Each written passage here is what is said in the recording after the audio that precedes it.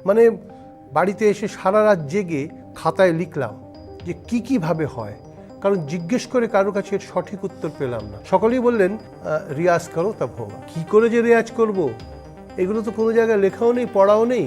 আর যেগুলো লেখা আছে খাতা দেখে সে মনের মধ্যে ঢুকতেও চায় না। যে সা রে গা মা পা ধা নি সা, আমি রেয়াজ করতাম কিরম, সা রে গা মা পা ধা নি সা, সা রে গা মা পা ধা নি সা, সা নি ধা পা মা গা রে সা।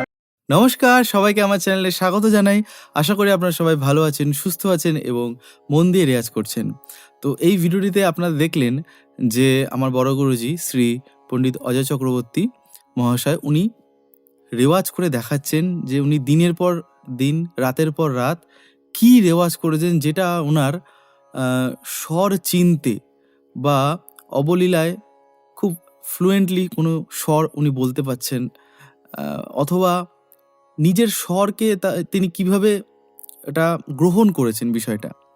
তো এখানে খুব মানে অন্যরকমভাবে উনি এই পদ্ধতিটা দেখিয়েছেন। তো এটা আমি একটু ব্রেকডাউন করে আমার মতো করে আমি আপনাদের বোঝাই যে উনি কি বলতে চেয়েছেন বা এটা আপনারা কিভাবে রেওয়াজ করবেন বা আমি এটা কিভাবে রেওয়াজ করেছি। তো ফার্স্ট অফ অল যেটা বুঝতে হবে, উনি এটা কেন করেছেন, যে এরকমভাবে রেওয়াজ করাটা উনি কেন করেছেন। প্রথম কথা, যখন আমরা কোনো স্কেল বা পিচ, যেটা আমরা যখন সা চলছে, এখন সি শার্পে সা চলছে, তো ওনার বক্তব্য যে আমরা যখন সোজা যাচ্ছি সোজা আসছি সেটা আমাদের কোনো অসুবিধা নেই, বাট যখন আমরা ইন্ডিভিজুয়াল কোনো স্বর বলার চেষ্টা করছি, সেটা তানপুরা সায়ের সাথে হোক বা যে কোনো ইনস্ট্রুমেন্টের সাথে হোক, সেই স্বরগুলো আমরা চিনতে পারছি না। তো সেই চেনার জন্য খুব মানে একটা অন্যরকম রেওয়াজ কিন্তু উনি করতেন। তো বেসিক্যালি এখানে যেটা উনি দেখিয়েছেন যে 3টে স্টেপে দেখিয়েছেন, হ্যাঁ, first step, second step and third step. তো ভিডিওতে উনি যতটুকু দেখিয়েছেন, অরিজিনাল ভিডিওর লিঙ্কটা আমি আমার ডেসক্রিপশনে দিয়ে দেবো, বা পণ্ডিত অজয় চক্রবর্তীর ইউটিউব চ্যানেলেই পেয়ে যাবেন আপনারা। গানের আলো লিখে আপনারা সার্চ করবেন। তো অরিজিনাল ভিডিওটা দেখবেন, পুরোটা অনেকটা বড় ভিডিও এবং অনেক কিছু আছে, অন্যান্য টপিকের বিষয় আছে। বাট আমি এখানে যে ভিডিওটা করছি যে এইভাবে, এই পদ্ধতির রেওয়াজ আপনারা কিভাবে করবেন। বেসিক্যালি যেটা বললাম যে 3টে পদ্ধতি। ফার্স্ট পদ্ধতি হচ্ছে, দেখুন যেটা উনি করছেন, যে যেটা গাইছি, ধরুন আমরা আরোহণ স্টাইল যখন করছি, সেটা অবরোহণ স্টাইলে আমরা বাজাবো।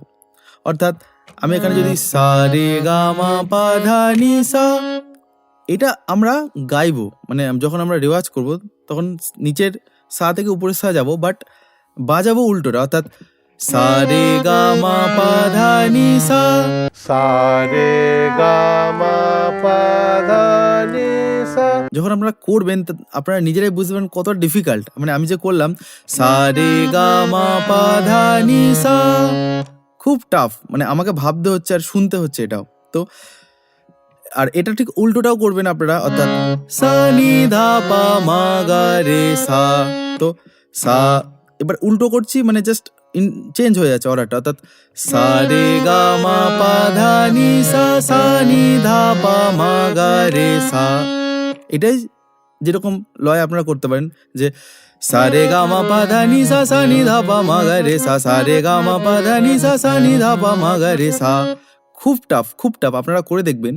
হ্যাঁ, গুরুজি যে বলছে যে এই রেওয়াজটা করাটা, সা রে গা মা পা ধা নি সা, সা নি ধা পা মা গা রে সা। আমি করার পরেই বুঝতে পেরেছি কতটা এফেক্টিভ। কারণ নিজের সুর যদি নিজে না চিনতে পারি, না ধরে রাখতে পারি, অন্য কিছু বাজছে, তো এইটা রেওয়াজটা করলে আমার মনে হয় সুর আরও বেশি আপনারা চিনতে পারবেন। বাট এই রেওয়াজটা একটু অন্যরকম। আমি জানি না অন্য কোনো ঘরানায় বা অন্য কোনো গুরু এরা শেখায় কিনা, যেটা পণ্ডিতজির একটা মানে কি বলবো, যে স্টাইল, যে নতুন ইউনিক কিছু। তো ওনার কাছ থেকে অনেক কিছু আমি শিখি এবং শিখে চলেছি। তো এটা গেল ফার্স্ট স্টেপ। আচ্ছা, এবার সেকেন্ড স্টেপ উনি যেটা দেখিয়েছিলেন, যে পাল্টা আকারে, এটা তো আমরা অ্যাসেন্ডিং অ্যান্ড ডিসেন্ডিং প্যাটার্ন, মানে আরোহণ অবরোহণ করলাম শুদ্ধ স্বরে, বাট এবার এটাকে ধরুন পাল্টা আকারে করি। ধরুন 3 স্বরের যে পাল্টা, যে সা রে গা মা, এটাই উল্টো করি, অর্থাৎ বাজাবো সা রে গা মা পা, বাট অবরোহণ স্টাইলে আমরা মানে বাজাবো, গাইবো আমরা সা রে গা মা পা, বাট অবরোহণ বাজাবো, অর্থাৎ সা রে গা মা পা মা পা ধা নি সা। খুব টাফ, আবার দেখাই, সা রে গা মা পা ধা নি সা। আমারই নিজে করতে গেলেই অসুবিধা হচ্ছে, তার মধ্যে আমি ভিডিও করছি, মানে কতটা টাফ বুঝতে পারছেন। আপনারা করলেই বুঝতে পারবেন, মানে সুর আপনাকে এটা শুনতে হচ্ছে, মানে বাজাতে হচ্ছে মাথা থেকে, আবার গাইতে হচ্ছে সঠিক পিচে। তো আবার দেখাই, সা রে গা মা পা ধা নি সা। আর এটা করলেই বুঝতে পারবেন, নিজের ভুলটা বোঝা যাবে। আর এটা কি হবে, সা নি ধা পা মা গা রে সা। খুব টাফ। সা রে গা মা পা ধা নি সা, সা নি ধা পা মা গা রে সা। এবার এটা যদি 4 স্বরে করি, সা রে গা মা পা ধা নি সা, সা নি ধা পা মা গা রে সা। এটা করলে কিন্তু আপনি কোনোদিনও বেসুরো হতে পারবেন না, কারণ বেসুরো হলে আপনার কান আপনাকে বলে দেবে। আমার যা মনে হয়, এটা করে আমার এটা ফিল হয়েছে। তারপরে 5 স্বর 6 স্বর, এটা গেল সেকেন্ড স্টেপ। আরেকটা কি উনি দেখিয়েছেন সেকেন্ড স্টেপে, যে জাম্পিং প্যাটার্নটা, যেমন সা ধা নি মা পা রে গা সা, সা রে মা পা নি ধা সা, সা রে মা পা সা। খুব টাফ। সা রে মা পা সা, মানে সা ধা মা রে গা সা, এটাই বাজাচ্ছি, বাট গাইছি তার উল্টোটা। আর এর অবরোহণটাও একই রকম, যে আমি বাজাচ্ছি অ্যাসেন্ডিং প্যাটার্ন, বাট গাইছি অবরোহণটা, অর্থাৎ সা ধা মা রে গা সা। খুব টাফ। সা ধা মা রে গা সা, মানে করলে আপনারা বুঝতে পারবেন কতটা টাফ। এবার আসি থার্ড স্টেজ। থার্ড স্টেজ তো মারাত্মক কঠিন, যেটা আমার এখনো অ্যাচিভ করা, এখনো আমি মনে হয় না কতটা পারবো।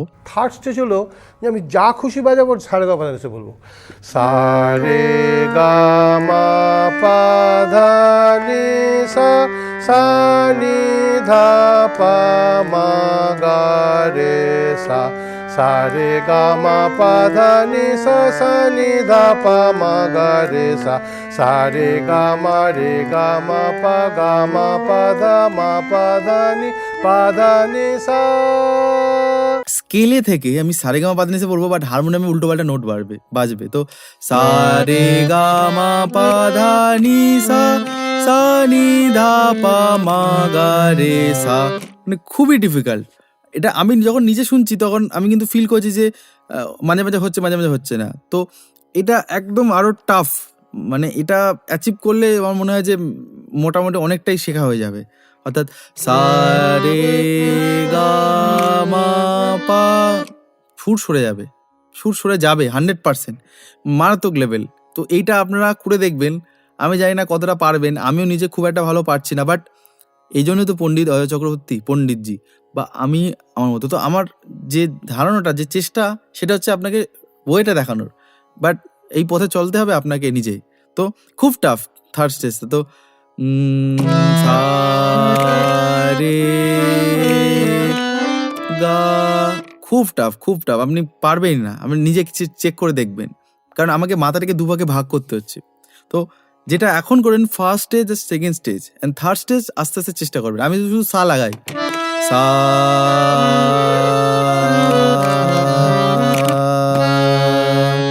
আপাতত শুধু সা এর উপরে করবেন। তো সা,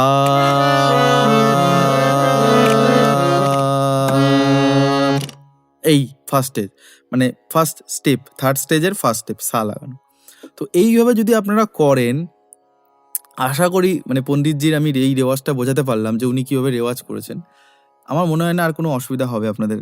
আর এটা একটু ইউনিক রেওয়াজ, এটা মানে প্রত্যেক দিন করার মতো রেওয়াজও না, বাট এটা নিজের সেলফ রিয়েলাইজেশন, বা নিজেকে কতটা জানেন, নিজে কতটা চেনেন সুর, তার জন্য কিন্তু এই রেওয়াজটা আমার মনে হয়।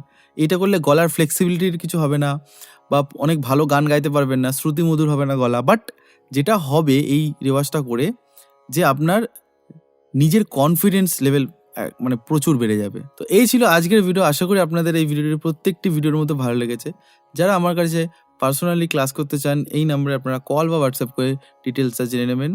আর দমদমের নাগের বাজারে আমি প্রতি শনিবার দুপুর থেকে রাত অবধি ক্লাস করাই, অফলাইন ক্লাস। আপনারা জয়েন করতে চাইলে এই নাম্বারে যোগাযোগ করুন। তো সবাই ভালো থাকবেন, সুস্থ থাকবেন এবং মন দিয়ে রেয়াজ করুন। ধন্যবাদ।